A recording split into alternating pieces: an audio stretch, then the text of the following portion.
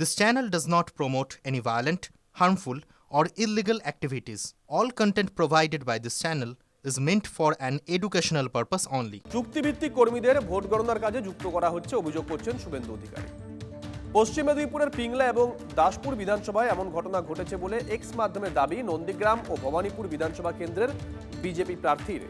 Social মিডিয়ায় শুভেন্দু অধিকারী অভিযোগ করেছেন, পিংলা বিধানসভায় জীবিকা সেবক সহায়কদের মতন অস্থায়ী কর্মীদের ভোট গণনার কাজে নিযুক্ত করা হয়েছে।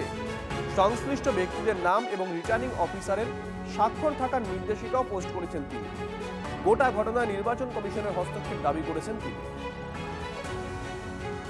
এর আগে নিশ্চয়ই মনে আছে আপনাদের, অস্থায়ী কর্মীদের বা চুক্তিভিত্তিক কর্মীদের কোনো মতেই ভোটের কাজে নিয়োগ করা যাবে না এমন দাবি করা হয়েছিল বিজেপির তরফ থেকে।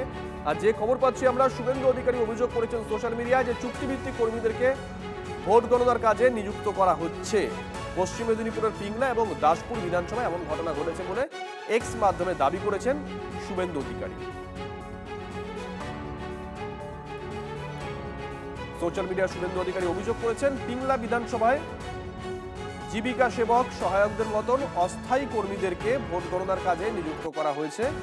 সংশ্লিষ্ট ব্যক্তিদের নাম এবং রিটার্নিং অফিসারের স্বাক্ষর থাকার নির্দেশিকাও পোস্ট করেছেন তিনি। জয়প্রকাশ মজুমদার এই মুহূর্তে আমাদের সঙ্গে রয়েছেন। জয়প্রকাশ বাবু, আমরা একটা পোস্ট দেখাচ্ছি, শুভেন্দু অধিকারী পোস্ট করেছেন। তিনি অভিযোগ করছেন যে চুক্তিভিত্তিক কর্মীদেরকে ভোট গণনার কাজে নিযুক্ত করা হয়েছে, জায়গা উল্লেখ করেছেন পিংলা এবং দাসপুর। জয়প্রকাশ বাবু। হ্যাঁ, শুনুন, শুভেন্দু অধিকারী নিজে তো চুক্তিভিত্তিক রাজনৈতিক কর্মী, বিজেপির সঙ্গে চুক্তি করে গেছেন। চুক্তি শেষ হলে বিজেপিও ছেড়ে দেবেন। আবার অন্যদের সম্বন্ধে কেন মন্তব্য করছেন? চুক্তি ভিত্তিক কর্মী কি কর্মী নয়?